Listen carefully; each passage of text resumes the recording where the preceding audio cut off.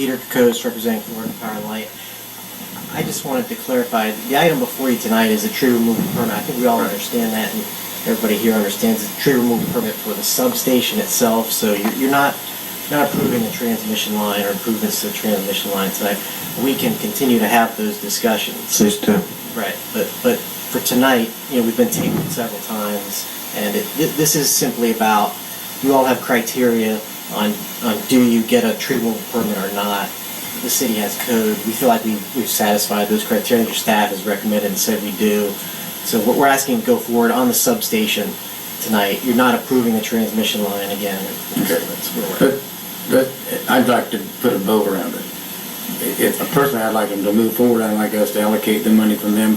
I'd like to limit our exposure to $54,000. That we take it off the table, vote for them to clearing, and be done with it. You could talk this thing to death. My only problem is if we approve the tree, the removal of the trees, we're giving away our leverage. I disagree, but I think what you've heard FPL tell you is that they can go to the north, but at a premium cost. I don't know what that premium is, 2 or 3 times what this option is.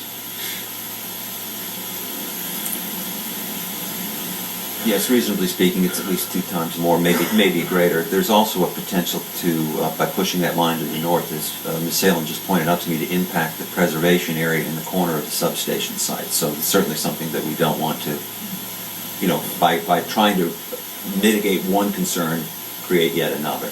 Yeah. But the incremental cost would be considerably greater than $54,000. Yeah, I don't think I'm hearing them say they can't move it to the north, it's just the premium associated with that. Well, I'd like to see the cost, but okay. Since we're not approving anything tonight. okay. But I would like to make one additional point on the design that is on the table with the 2 additional poles. That design takes all of the physical impact off of the 40-foot of properties that overlap with the FP&L easement. In other words, the trimming, the tree work that would be done would be confined totally within the portion of the easement that is outside of the individual property owner's lots. I think we've gone a long ways from where we were a month or 2 ago. Okay, as a follow-up, would you deed it back to them after that point then, since you couldn't, would they get the easement back? Would they get their property rights back? They never had them. Let me put it this way. I think what you're asking is a very good question. To make it more palatable, if we're ready to move forward, if say for example, since you don't need it, can you end the easement, vacate the easement on their property to help give them some hope of selling their property at a decent price? In other words, since it's now to the 29 feet, it's all off their property. You can do everything you need to do on your own property, and you certainly don't have enough room to put another line down through the backyard easement. Could you vacate that easement so there's no further question? Because one of the problems they're going to face now is anyone coming in is going to say, my God, they still have 40-foot easement on the property. So, is that a possibility? The vacation or the release of the easement is not as simple as it sounds, because we are a regulated entity, and it is our practice to require property owners to compensate Florida Power and Light for the release of property rights. We go in front of the Public Service Commission, so we can't. Could we make it part of a settlement with the city of Port Orange? Well, I don't think we're going to be able to do that tonight, honestly. I mean, it goes to, it's going to be an ongoing discussion about the transmission line. I think we haven't entirely resolved that, or possibly you have. But the item before you tonight is the tree removal permit. And honestly, you're not supposed to use it as leverage, the transmission line. You're supposed to take a vote legally on the 4 corners of the application, the tree permit. You're a quasi-judicial board that's supposed to simply... I appreciate you telling me my job. I'm not going to tell you yours. I appreciate that as well. I appreciate that as well. We're mixing the 2 topics, as I've heard quite a bit tonight, and we've been tabled several times on the tree permit, and we'd like to just move forward on the substation. We have a project. The homeowners do have another course of action outside of this body too. If the surveys are flawed, they can pursue an action with their title insurance, I'm sure some of them have probably already taken a look at their title insurance, which they purchased with their properties. If the surveys are flawed, they have, probably have a very good claim with their title insurance. So there are other courses of action they can take. Hopefully they know that. Let's get a bit focused. We've got two issues. Number one, do you want to vote on the clearing of the property, which is what the request is? Do you want to continue the outside of that to the other discussion, or would you like to put it in one bundle and be done with it? What would you like to do, Bob?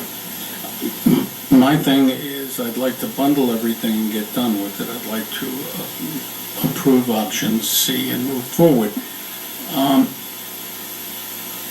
I just can't picture us expending hundreds of thousands. Can't do it. I'm having difficulty with this one. I'm concerned about the precedents that I just said. I think part of it is, as Bob said before, unfortunately, a decision was made back in the 80s that really contributed to this. So, as Don said, the city's hands are not clean. I don't think we'll see the exact same circumstances in other areas. But Yeah. God, I hope not. All right, what you want to do? Move to, well, Drew, I'm sorry. I just don't understand why, in this day and time, I mean, a multi-billion-dollar company just doesn't do the right thing and completely move north. It just blows my mind. All right. Okay, what do you want to do? I think we should just go ahead, as Bob suggested, and have an up or down vote on the tree request along with the 54,000 city contribution that we can make us some kind of a cure. But I need assurances that this is all agreeable. Option C is acceptable. In other words, has FPL signed off on it?